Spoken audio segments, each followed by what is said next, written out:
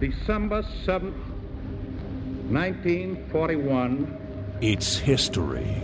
A date which will live in infamy. The events. The deep questions. It's hardcore history.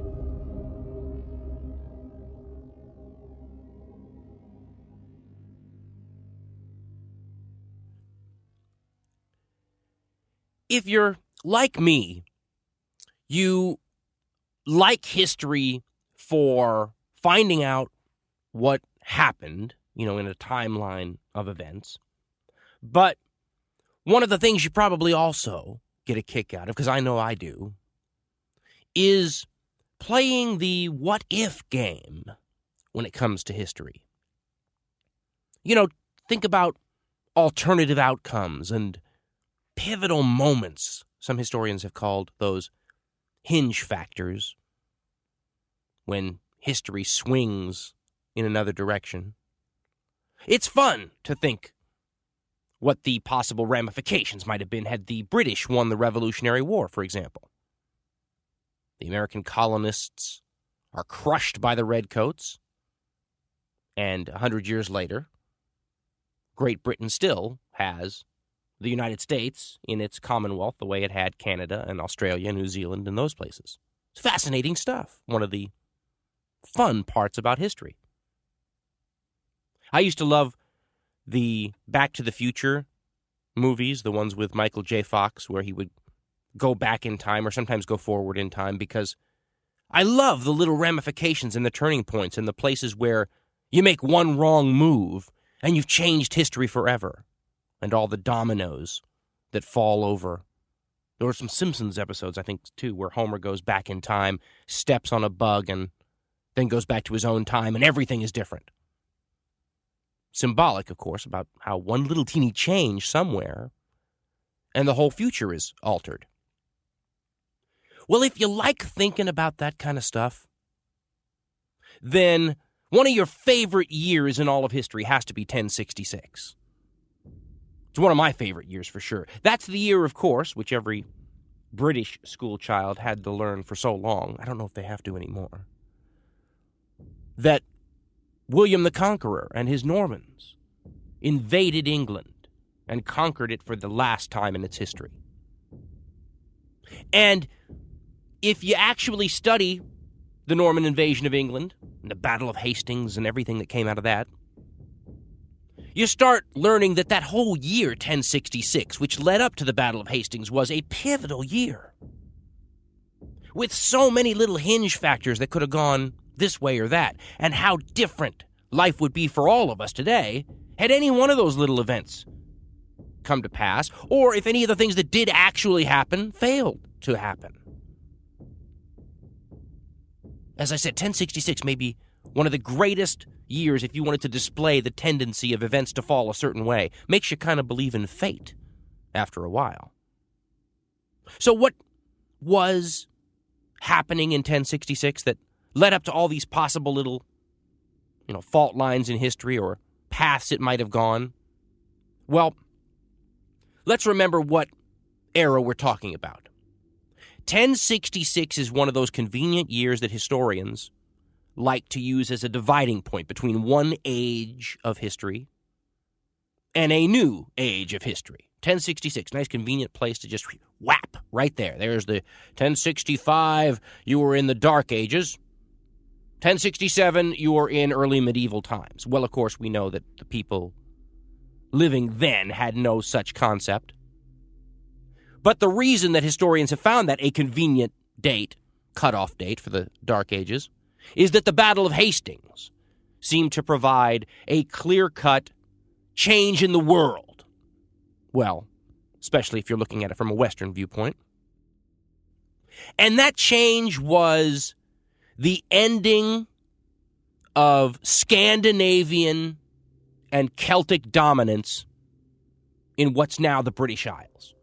And when you say Great Britain, of course, those of you in Great Britain already know this, you're talking about more than traditional England. You're talking about parts of Ireland. You're talking about Scotland and Wales. But for the purpose of what we're talking about, there was a place called England. And the name stems from one of the invading peoples who settled there, the Angles. It's not that hard to go from Angle to Angleland to England, is it?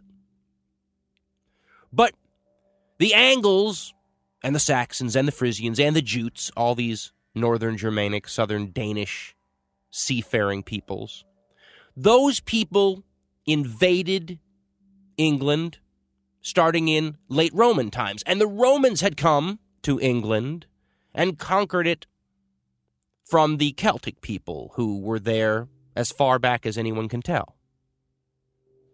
I think you're in prehistoric times before you can get below the Celts in the earliness of British ethnography. And after the Romans conquered the Celts, and after the Romans left to go back to Rome, which they had to do, there were pressing problems in the empire, and eventually the people that were an admixture now of races, historians call them the Romano-British because they were Roman and Celtic mixed together.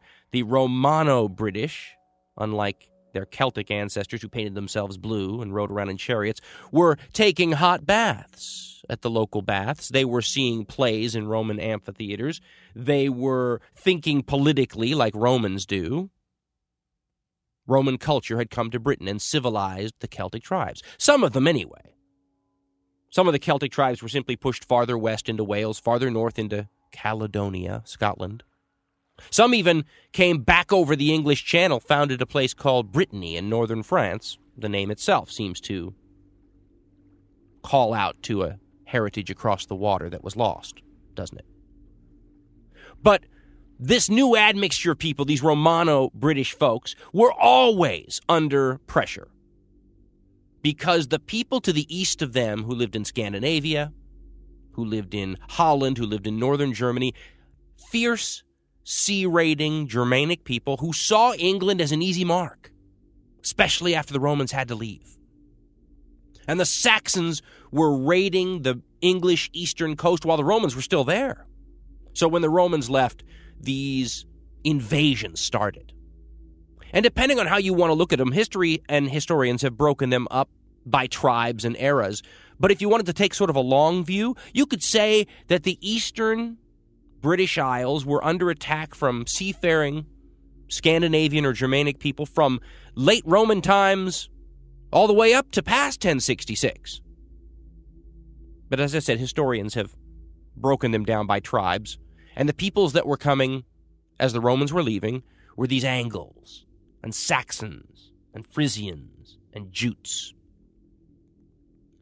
And depending on whether or not you believe in the legend of King Arthur, this is when he was supposed to have lived, this time period, somewhere between the late 300s and the late 500s AD. And King Arthur was supposed to be this Romano-British king or warlord who led the resistance against these Saxon invaders from the east. But like any tragic historic defense, eventually, after Arthur's death, the east of England, for the most part, is overrun by these settlers. And eventually, after lots of warlords and periods of turmoil, the Saxons consolidate their rule over England. They never conquer the north, where the Scots are. They never conquer fully the west, where the Welsh are. But they settle there. And England becomes no longer a Romano-British culture and ethnic group, but a Saxon-Germanic one.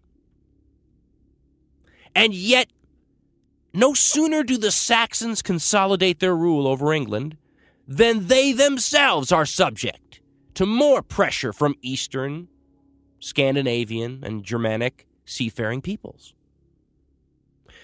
It just must have been the obvious target if you lived in Norway or Denmark to take that jaunt across the North Sea and raid the prosperous English coastline. And the Saxons, as I said themselves, now found themselves subject to the exact same kind of raids they had subjected the Romano-British to. And these raids were effective.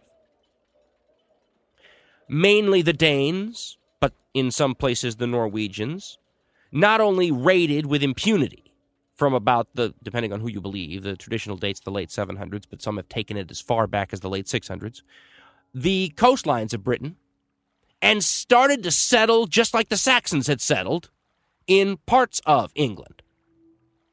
Now, eventually, you even ended up with Viking rulers as the rulers of England. In early 1000s, 1015, you had Canute, a Viking king himself, ruling over England. So, the England we're talking about by the time leading up to 1066 and the Battle of Hastings and the beginning of the early Middle Ages and all that is essentially a Scandinavian sort of country. You would put it in the Scandinavian realm of nations rather than attach it to Europe at that time. It seemed like one of those places. The population spoke a language that the Vikings might understand, the Saxons might understand on continental Europe.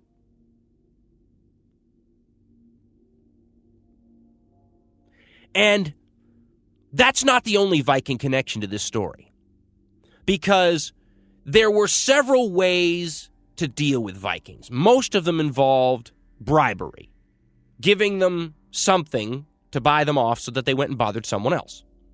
In England, they used something called Danegeld, which was a special tax that would be levied on the population, or some of the population, in order to raise money to buy these Vikings off. Well, when the Vikings were raiding continental Europe, though, northern France specifically, the French king was not powerful enough to drive them off and was spending a lot of money already buying Vikings off. Didn't have a ton of money to begin with.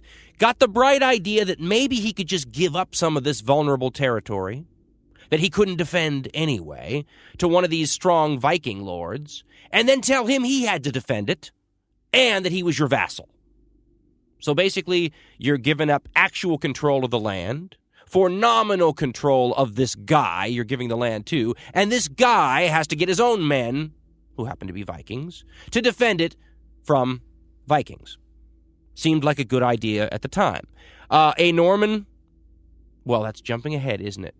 That was the French word, by the way. Call them Normans, Northmen.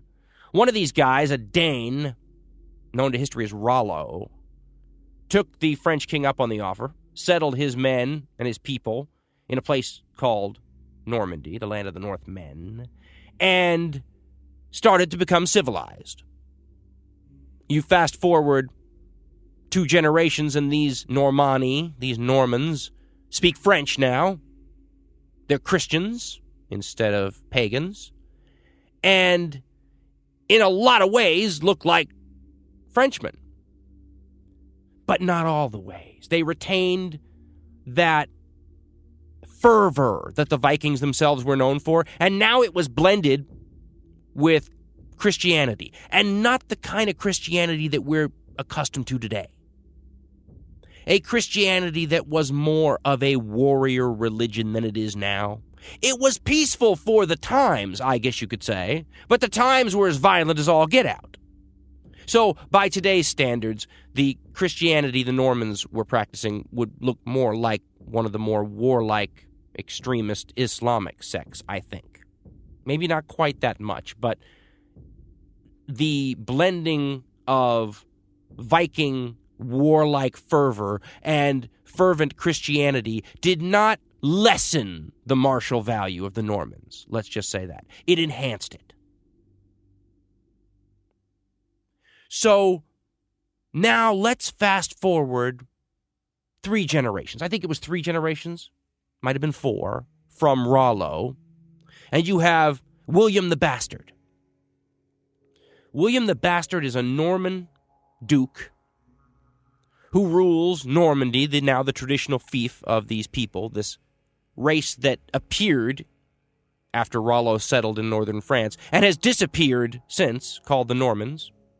Some historians have argued that they were never a separate people, But others make the point that if a people has a national identity and considers themselves a separate people, you are almost by default a separate people. And these Normans felt themselves a separate group.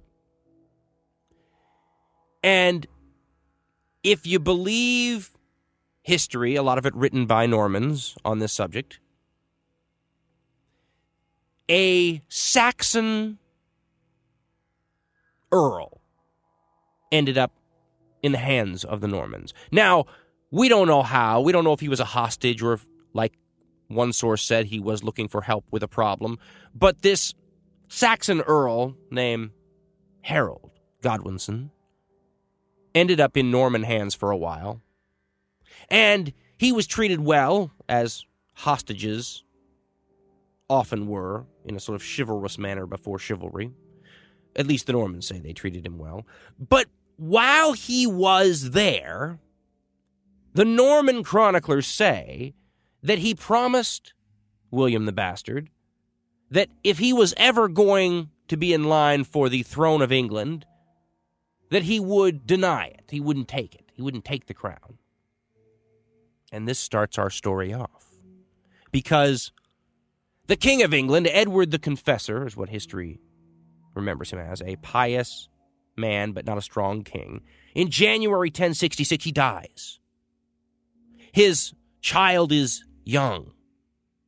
And the barons, or the functional equivalent of the time of these Saxons who ruled England, picked Harold Godwinson to be their king instead. Harold Godwinson was the son-in-law of Edward the Confessor. He'd already, some said, been ruling sort of through Edward for a while anyway, Edward being a weaker king and Harold being a strong, dominant personality. But, according to the Norman chroniclers, this is exactly the act that Harold promised not to do to William the Bastard, who also had a claim on that throne. And this is what sets into motion a series of events that touches off this amazing year, 1066. They could have gone a number of different ways, any of which would have changed history radically. And the first what if you can say is, what if Harold had really made that oath to William the Bastard and really lived up to it? What if Harold says, listen, I promised I wouldn't do this. I can't be the king. You've got to pick someone else. Might be William the Bastard, might not be William the Bastard. But already history's taken a massive course change, hasn't it? Because, of course, no matter what Harold promised William, Edward the Confessor doesn't have to leave the crown to him. Leave the crown to anybody he wants, right? So, that's our first what if. But you see, when Edward the Confessor died, it wasn't just Harold that had a claim to the throne. Of course, Edward gave it to him. But Harold had a brother. Brother's name was Tostig Godwinson. And Tostig had a beef. Thought he deserved the crown. And remember, the way some of these early Germanic societies thought, there was a might makes right sort of ethos going on. That's why there was something called a trial by combat in later medieval times, where two men would fight, and whoever won was perceived to have been right, because God had favored them in the combat. Well, Tostig went and got some powerful help, went to the king of Norway, a famous man named Harald Hardrada. Basically said something to the effect of, look, this should be my crown. I have just as much of a claim as Harold. Why don't you give me some men and an army and come on over with me and we'll take England? After all, was something the Vikings and the Germanic seafaring fierce people from the east had been successful doing before. There was a track record to indicate had a good chance of working. And now here's where everything gets interesting. Because Edward the Confessor dies in January, and all of these forces now start lining up. Harold, trying to consolidate his new power as the new king of England, taking over from a man who'd been rather weak, especially in military matters. Harold had to get his act together fast, because everybody knew England was a prize, and there were other contenders for the throne. And one of them was William, right across the English Channel. William does something really interesting. He doesn't do what you might think a Norman duke would do, which is get all his Norman subjects together, form an army with them, cross the channel, and go to England and go to war. For a lot of reasons he doesn't do this. For one, might not have been that good of an army. You didn't want to necessarily grab a whole bunch of peasants and throw them together and try to make soldiers out of them. For another thing, if you take your whole army over the English Channel and it's in the middle of a country where they have a few enemies, who's to say that someone won't just march into Normandy while you're gone? So, William does something interesting. He puts out a call on a contingency fee basis to areas all around him and says, I'm going into England. If we win, I'm going to give you a share of the spoils, whether it's money or land and titles. But you come with me on this speculative venture, and if we win, you'll get a piece of the action. He was smart about it, too. He went to the Pope, got a blessing from him and a special banner, basically telling everyone who could see the banner that there was a special blessing from the Pope, made it look all legitimate, and then sat at the coastline and waited for people to arrive. And they did, from all over Western Europe. There were French knights who showed up. And when we use the term knight in this period, it's because a lot of historians have. But these aren't knights that show up. This is heavy cavalry, guys with a helmet, mail jerkin, probably about to the knees, big old teardrop-shaped shield in most cases, and a lance, which was sometimes thrown overhand and not thrusts. These are proto-knights. History, the Latin term says, is milites. And the milites began showing up from all over. Breton milites. Some Burgundian milites. Milites from all over the area. And with them came mercenaries and foot troops, archers and heavy infantry. And as these folks camped out on the coast, a fleet was readied, and William started waiting for good weather. And this becomes another what if for us, the big weather factor at the English Channel. Because Harold realizes what's going on right over the English Channel. It's too close for him to not understand that this preparation is beginning. So he readies the powerful English war fleet, and they get out there in the Channel and they start patrolling. This is a what if could have happened as well. What if the Norman transports get intercepted by the British war fleet while they're in the English Channel? You could have had the same thing happened with England that has been their trademark defense ever since 1066, right? Control of the seas. Might have sunk that Norman invasion force the way Adolf Hitler's Germans would have been sunk trying to cross the Channel in 1940 or 41.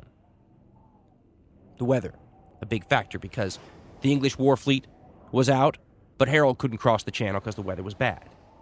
But the other Harold could. Harold Hardrada and Tostig Godwinson brought a Norwegian army over the North Sea while all this is going on. This is on the other side of England, the northern part. So you got Harold down in the south, readying an army to face the Normans who he's thinking are going to cross the first day they get some good weather, and here he gets a Viking invasion in the north, a couple hundred miles away.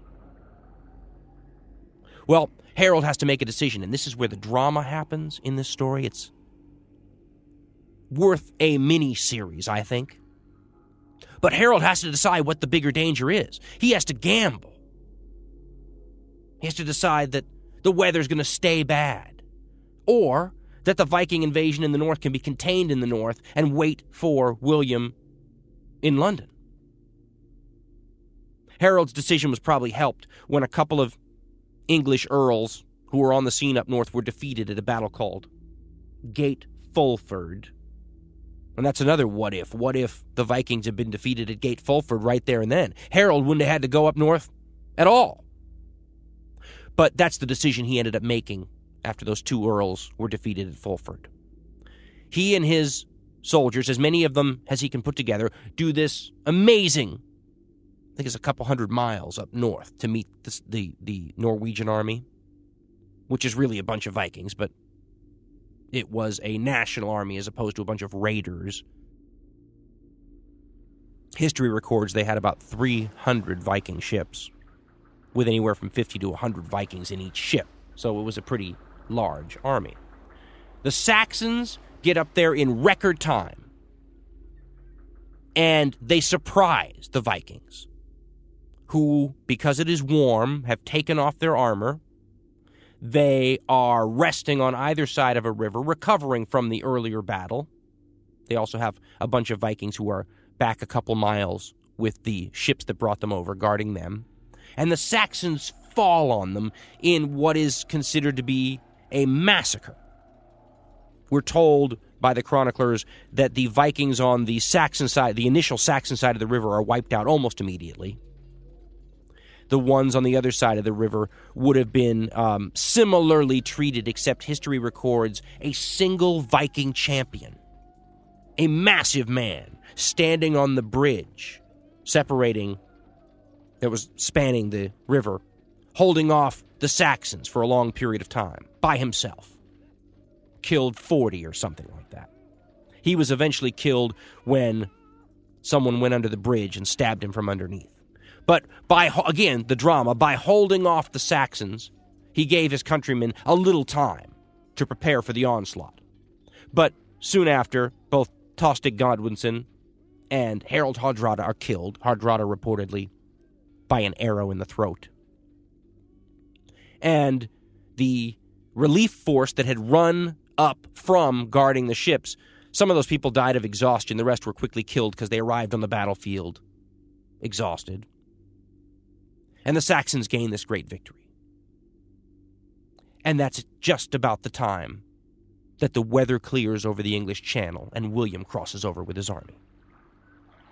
The what-ifs are all over the place on this. What if Harold can't beat the Vikings at the Battle of Stamford Bridge, which is what it's called? What if he loses that battle? Well, then that Viking army keeps moving down England, and Harald Hardrada and Tostig Godwinson make a claim for the English crown. Maybe they fight William of Normandy at some point after he crosses over for the British crown. Or maybe that Viking army's in no shape to do anything, and William just comes over and takes England anyway. Maybe the Norwegians send more troops. There's a lot of things that could happen. In fact, there were a couple of powerful northern earls, Saxon earls, who didn't help Harold, either there or later at the Battle of Hastings. What if they decided to throw their lot in with their king? There were jealousies and political reasons why they didn't. They ended up being picked off later, after the Battle of Hastings, by William, showing that they should have thrown their lot in with Harold when they had a chance.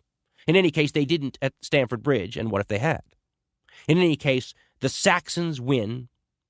William crosses over, and Harold has to make another decision. The decision is, do you let your army rest and recoup and take it slow back down to the south of your country? Let William get away with murder while you regroup? Or do you run down there as fast as you can with what you can and try to stop him initially on the beach or close to it, because that's where William and his army were camping? Harold decided he couldn't wait.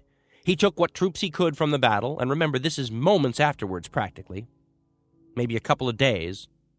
He has to run. They just fought a battle. People are dead. People are wounded. People are tired. Material is damaged. He grabs his best troops and makes another run, another amazingly quick run by the standards of the day, down south. Picking up who he can along the way, sending the message to raise a general levy, getting some Fyrd, as they were called, F-Y-R-D, together. The Fyrd are the local population. Some of them better armed than others. And they run down and block the road to London.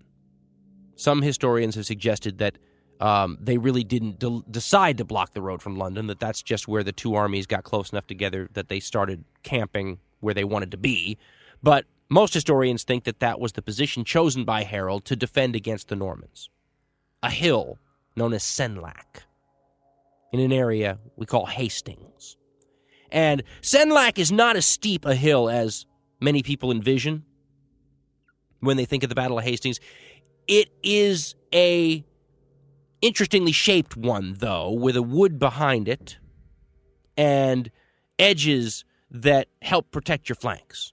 And that's what Harold was thinking about when he aligned his troops up on this hill, with his best troops in front people called housecarls. The housecarls were professional soldiers that worked for Harold.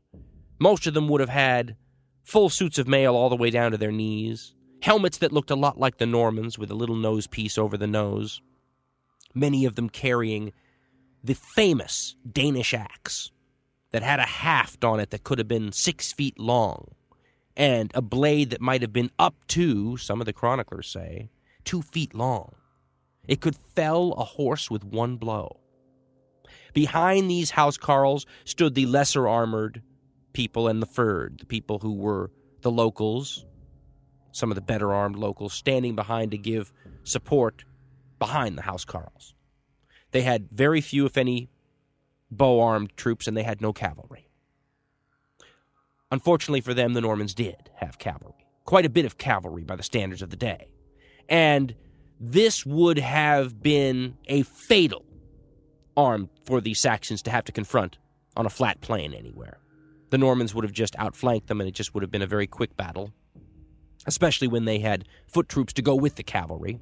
You can play the two off against each other. The Saxons realized this, stationed themselves on the hill in a position that they thought the Normans had to cross, and they waited. And they didn't have to wait long. William arrived with his soldiers, and he had the Milites cavalry, the heavy cavalry. He had mercenary heavy infantry, guys who probably looked a lot like the housecarls, but not quite as well armored, not quite as well armed, and not quite as well trained and motivated, but professionals nonetheless. And also archers, probably crossbowmen, with a very early crossbow, nothing quite like you're probably thinking. But when one side has significant missile weapons and the other doesn't, it creates one of those advantages where the Saxons have to sit there and can't really respond to the Norman missile fire. Now, granted, the missile fire is uphill, which nullifies some of its effects, and the Saxons are standing in their traditional shield wall formation, which is when they stand so close that the shield of the man next to you actually overlaps yours a little bit if you do it right. We don't know, but they may have been doing a little of the overhead shield holding as well. It's a formidable barrier anyway, and then when you add the uphill thing at the same time, the missile fire was probably not that effective. The Normans sent the foot troops up to break the shield wall, and this is where the battle starts, and there's a million what-ifs that go on here as well. The Norman infantry assaulted the shield wall at no noticeable effect. Matter of fact, that would be tough. The housecarls excelled at this kind of warfare. They were very good troops, and between the archers and the foot troops, the Normans were having not that good of a time early on. And this is one of those battles, really, where the Saxons had no control over the outcome. The Normans were going to have to decide at some point to give up, or they were going to win. The Saxons were just going to stand there. The Norman cavalry then charged and was repulsed. Now, we don't know how long this went on. This is considered to be one of the longer battles of the period, so it was hard fought, and these things may have occurred many times. The Norman cavalry may have charged many times. They may have sent the infantry in many times. There were rest periods, we know. But at some point, history says, and this is not confirmable, that one arrow found an important mark. That one of the Norman arrows hit the king, Harold, the Saxon king, in the eye. Again, we don't know for sure. As a matter of fact, it's one of the medieval symbols of what happens to a perjurer to get an arrow in the eye. And of course, what would the Norman chroniclers have said that Harold was guilty of? Well, he'd said he wasn't going to take the crown of England, so he perjured himself. So maybe this is a convention thing from later, but supposedly Harold gets an arrow in the eye, he pulls it out, and he keeps fighting, but the Saxon ranks are thinning. And eventually, some of these Norman knights are able to break through, cut down Harold's standard, and cut Harold down too. His brothers, two of them, which were commanding parts of the Saxon line, had also been killed. And eventually, the Saxon line breaks and runs. Now, a little side note, it ran backwards into the forest, which was what the position was designed to do, give them a way out should they have to run. And there was this terrible ditch back behind the hill. Some chroniclers say it was loaded with stakes and all sorts of entrapments. And a lot of Norman knights fell into it while pursuing the Saxons. It was something they remembered well enough to give a name to. And some of the worst Norman casualties to some of the most prominent figures may have occurred right there in that ditch after the battle itself was over. That's another what if, because had the Norman Duke been killed in that pursuit, there's another what if for you right there. Actually, there was a scare during the battle, and a rumor came up, the chroniclers say, that William had been killed during the fighting that was going on.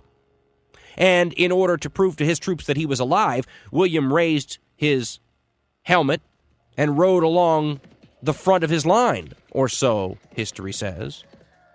Because think of that what if. If William dies in the battle, what's the point of the battle anymore? The point wasn't to conquer England for a bunch of mercenaries on a capitalistic quest. The point is that you had a legitimate claimant to the English crown, and he was there fighting a battle to gain that crown. If he dies, why are you there? So what if William had died, and he was fighting in the front ranks? He certainly could have. And you could put the question another way as well. What if Harold the Saxon doesn't die? What if he doesn't get the arrow in the eye? Or what if he isn't killed by the Norman knights? Do his men stand there longer?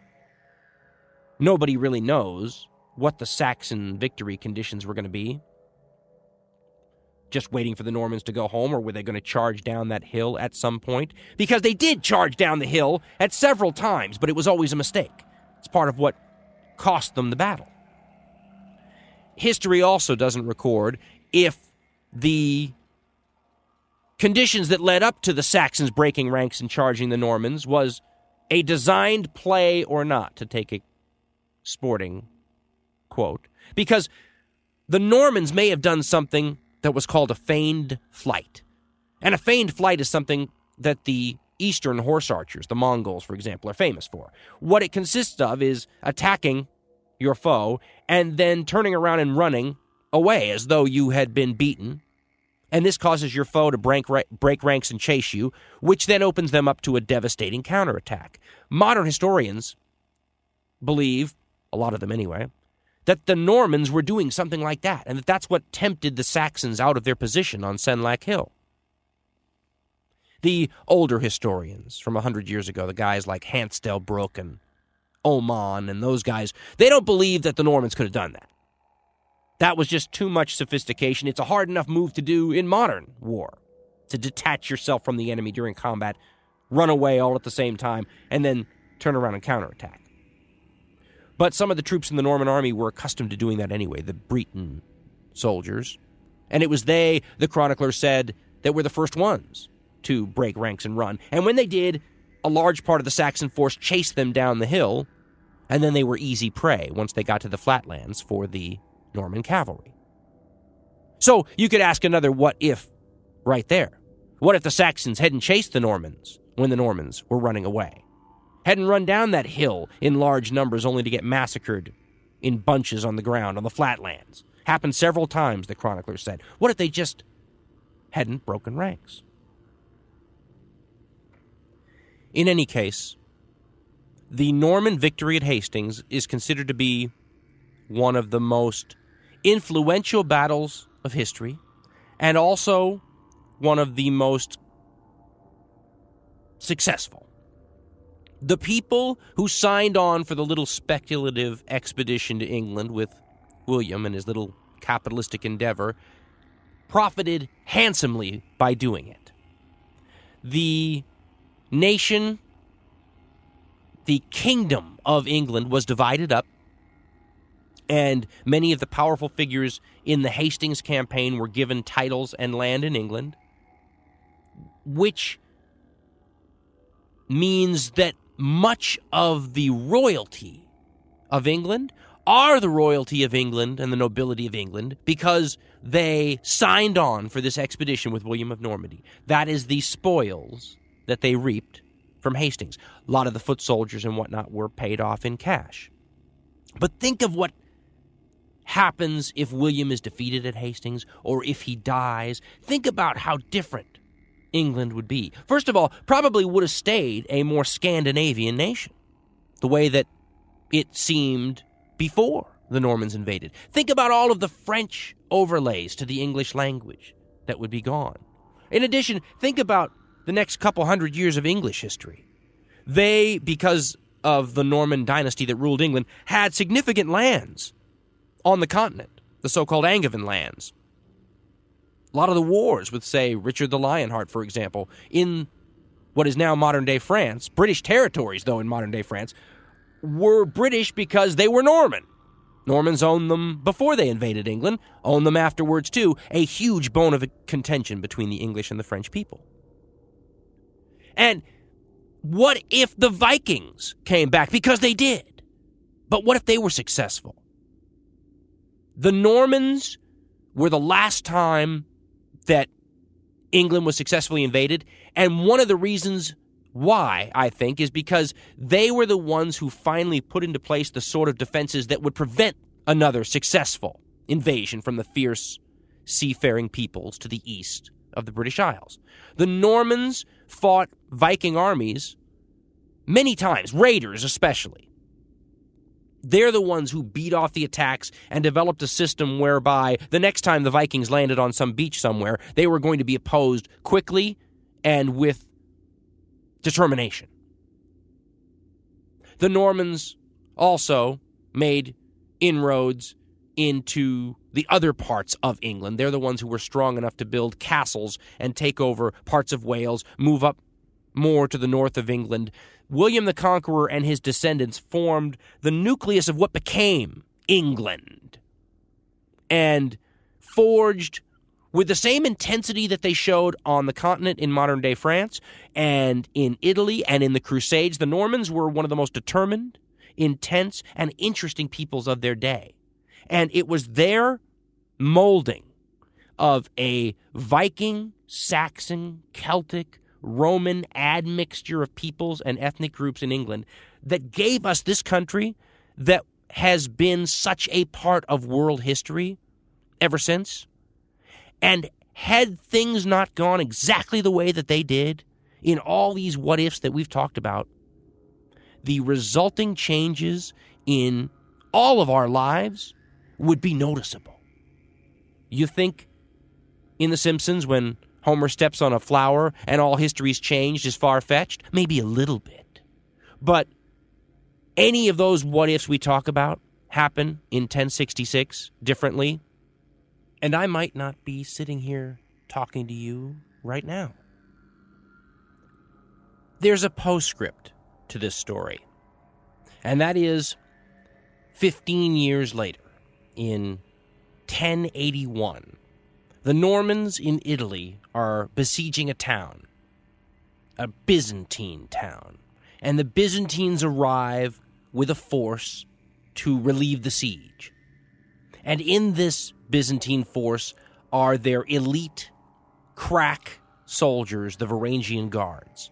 The Varangian Guards, who formerly had been composed of Vikings. It was a Viking mercenary force that guarded the emperor at one point in Byzantium, that became a powerful field force as well. And there were thousands of them in 1081 at this battle called Durazzo.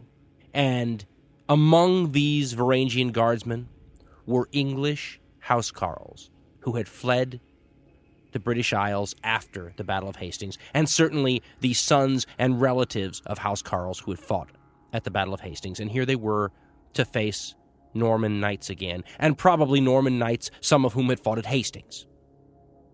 At that battle, the initial cavalry charge launched against the Varangians was repulsed. And this time, unlike how the housecarls maintained their ground at Senlac, the housecarls charged the fleeing cavalry, more like the Fyrd had done at Hastings. But it's understandable when you think about some of the emotions that may have been flowing through some of these Varangian guardsmen's minds. Maybe there was a little payback at work. In any case, they pursued that cavalry, and while they were doing so, Norman cavalry on their flanks charged them and all but wiped them out. The survivors were burned by the Normans in a church where they had taken refuge. And it's almost like history putting an exclamation point on the fact that the age of the Viking, Anglo, Danish style Dark Age fighting with the axe and the infantry and the impetuosity was giving way to a new era. That's maybe why historians feel so comfortable dividing the Dark Ages and the Middle Ages at 1066. Because at Durazzo, once again, the superiority of the mailed Norman-style knight proved itself against the remnants of what was left of the old northern world that died in 1066 with an arrow in the throat to Harold Hardrada and an arrow in the eye for Harold Godwinson. If you would like to help spread the word about hardcore history, vote for the show on podcastalley.com. December 7th, 1941, a date which will live in infamy. It's history. It's one small step for man, one giant leap for mankind. The events.